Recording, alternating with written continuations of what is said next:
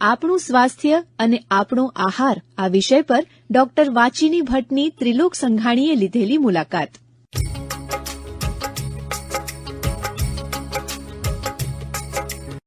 મિત્રો, આપનું સ્વાગત અને આજના આપણા અતિથિનું પણ સ્વાગત કરીએ. આજે ફરી એકવાર આપણી સાથે છે ડોક્ટર વાચિની ભટ્ટ. ડોક્ટર વાચિની, આપને નમસ્કાર. Thank you sir. મિત્રો, ફરી એકવાર આપને જે ઉપયોગી વિષયો પર માર્ગદર્શન આપે છે એવા જ એક ઉપયોગી વિષય પર તેઓ માર્ગદર્શન માહિતી આપવા આપણી સાથે છે.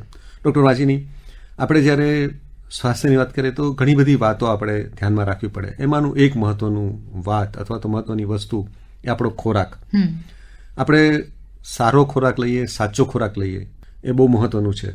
તો ઘણા લોકોની ફરિયાદ હોય છે અથવા તો તકલીફ પણ હોય છે કે બહુ જ વ્યસ્ત હોય છે. એમાં ઘણીવાર આપણે જેને સાચું ખાવું જોઈએ, એટલે કે રાઈટ ડાયટ આપણો જે હોય એને આપણે ફોલો નથી કરી શકતા. તમારા અવલોકન શું છે અને તમારા સજેશન શું છે?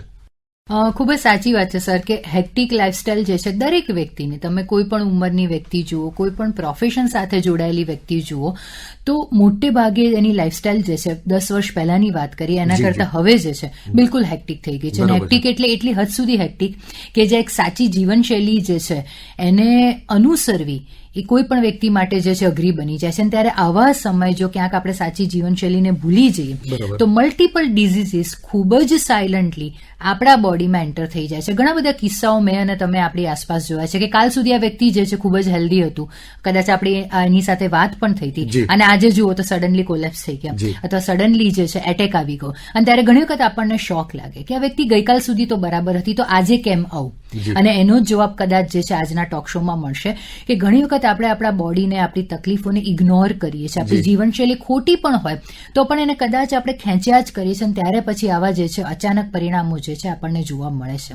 એટલે ખાસ આપણે દરેક આપણા જે લિસનર છે એમના સુધી આજે એક મેસેજ પહોંચાડી કે તમે ગમે તેટલી હેક્ટિક લાઇફસ્ટાઇલ જીવી રહ્યા છો, જીવનશૈલી ખૂબ જ અઘરી છે, છતાં પણ જો નાની નાની બાબતોનું ધ્યાન રાખશો ને એમાં પણ તમે કહ્યું એ પ્રમાણે કે ખોરાકને લઈને, તો કદાચ જે છે આપણે આપણું આયુષ્ય જે છે હેલ્ધી અને લાંબુ કરી શકીશું.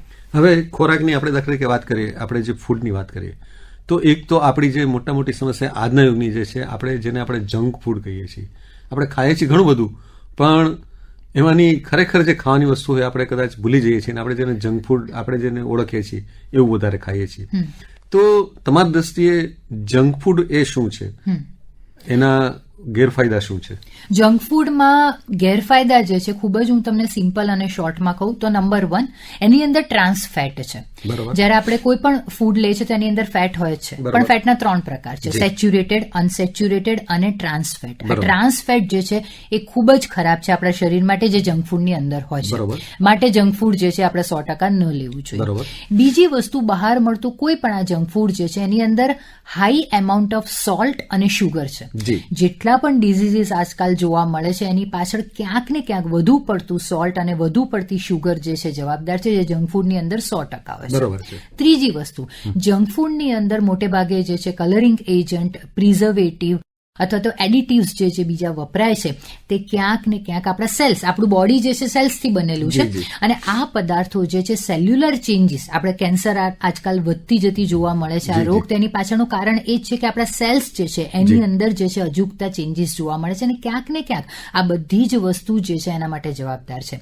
એટલે બને ત્યાં સુધી જંક ફૂડ ન જ લેવું. અને આજના શોમાં આપણે કઈ નવી વાત નથી કરી રહ્યા, પણ સર આ એક પ્રકારનું રિમાઇન્ડર છે કે જે આપણને ખબર છે છતાં પણ આપણે નથી અનુસરતા.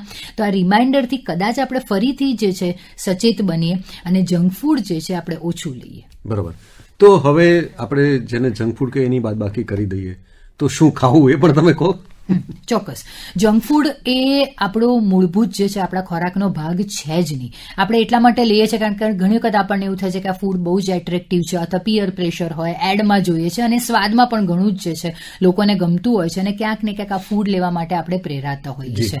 કોઈ પણ વ્યક્તિ જે જંક ફૂડ અઠવાડિયામાં 3 વખત લે છે એને હું કાલથી એવું કહું કે બિલકુલ બંધ કરી દે તો એના માટે અશક્ય છે. માટે એક પ્રેક્ટિકલ રસ્તો એ છે કે તમે જે પણ ખોટી વસ્તુઓ અત્યાર સુધી લઈ રહ્યા છો, તમને ખબર છે છતાં પણ એની ક્વોન્ટિટી તમે ધીમે ધીમે જે છે એ ઘટાડો, એની ફ્રીક્વન્સી જે છે તમે ધીમે ધીમે ઘટાડો અને બને ત્યાં સુધી આ બધી જ વસ્તુને અવોઇડ કરો.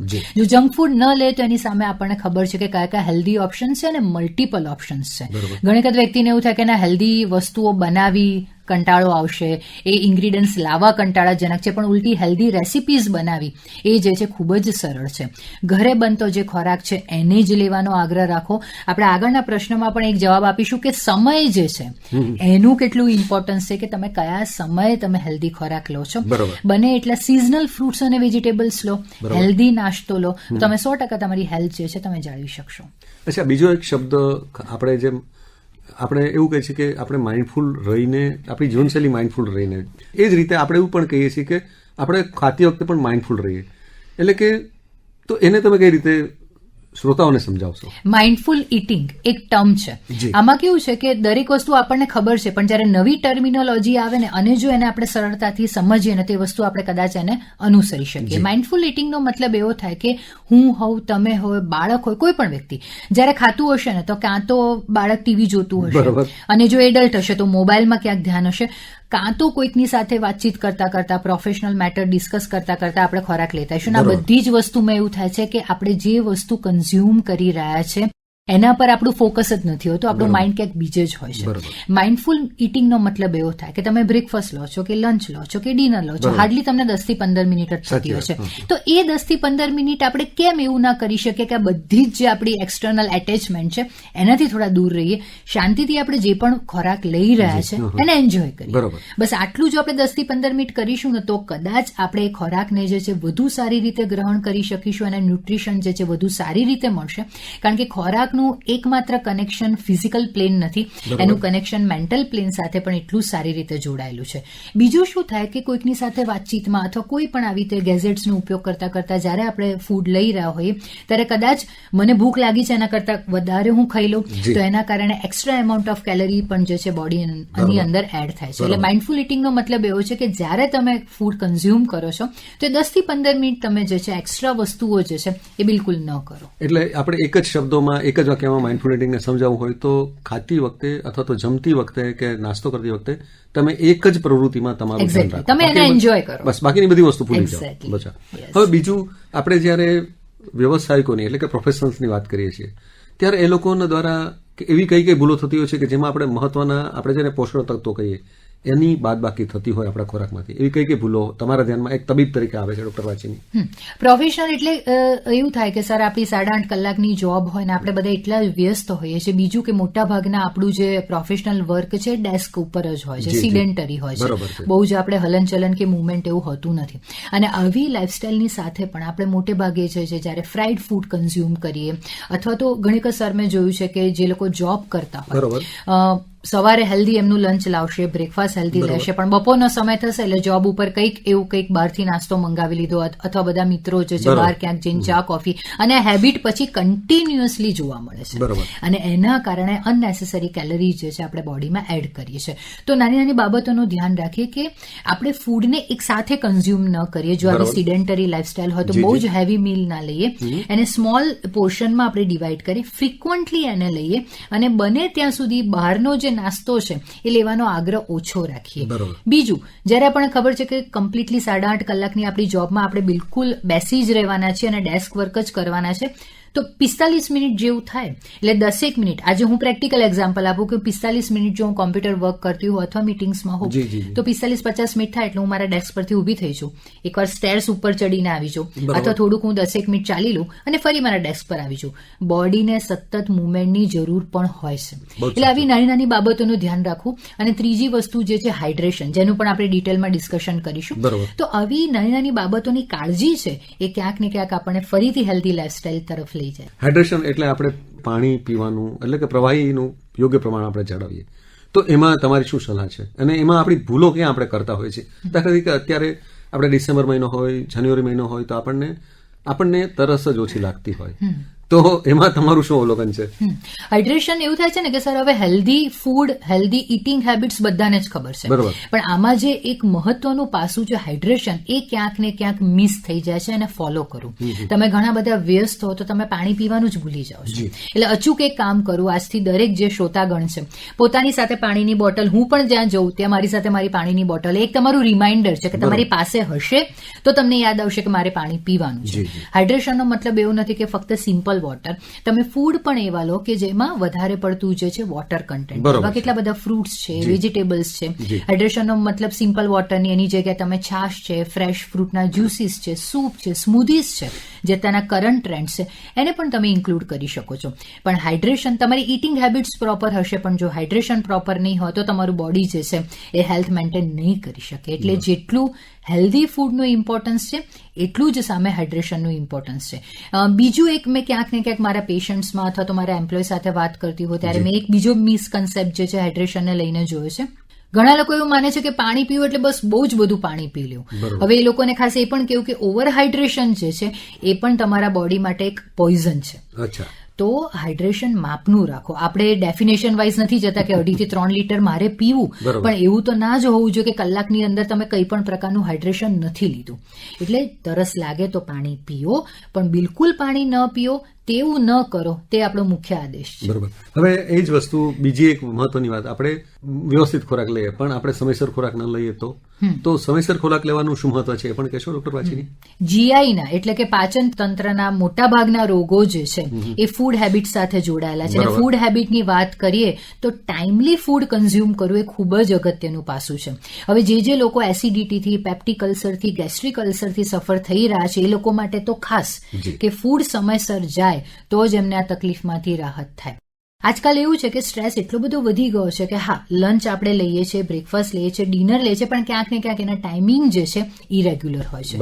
ઇરેગ્યુલર ટાઈમિંગના કારણે જે લોકોને એસિડિટી રહેતી હોય એ લોકો હવે લાંબા સમય સુધી જો ફૂડ કન્ઝ્યુમ ન કરે તો એ જે એસિડ જે છે ઇન્ક્રીઝ થાય છે અને એના કારણે એસિડિટીની તકલીફ વધે છે. તો પાચન તંત્રના જેટલા પણ રોગો છે એવા દર્દીઓને તો ખાસ ફૂડ જે છે સમયસર લેવું જરૂરી છે.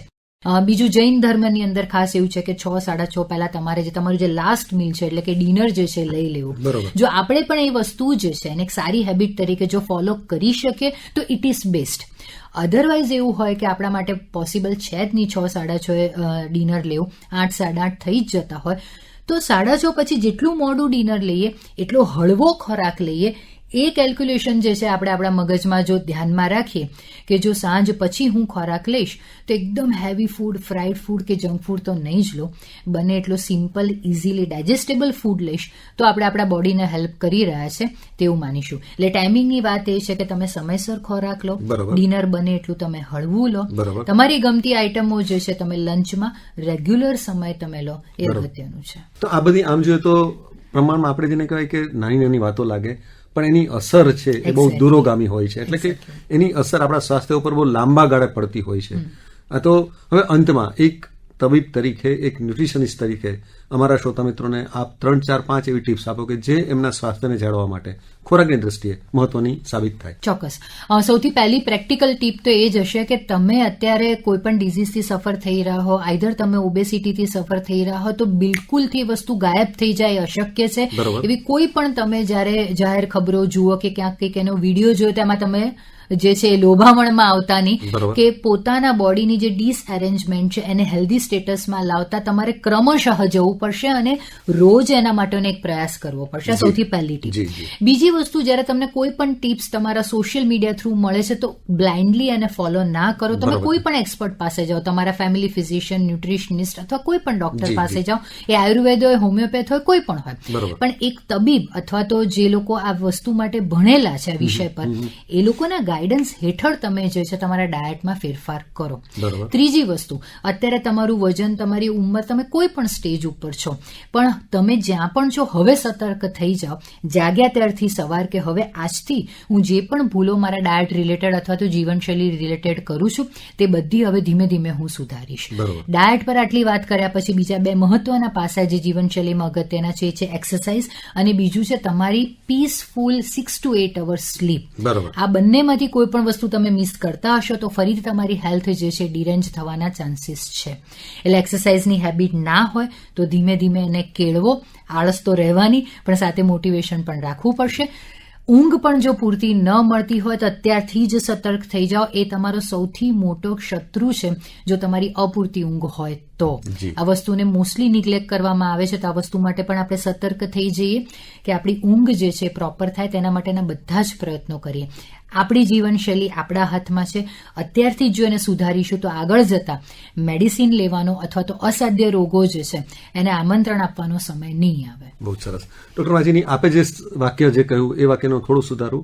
આપણે કહ્યું આપણી જીવનશૈલી આપણા હાથમાં છે.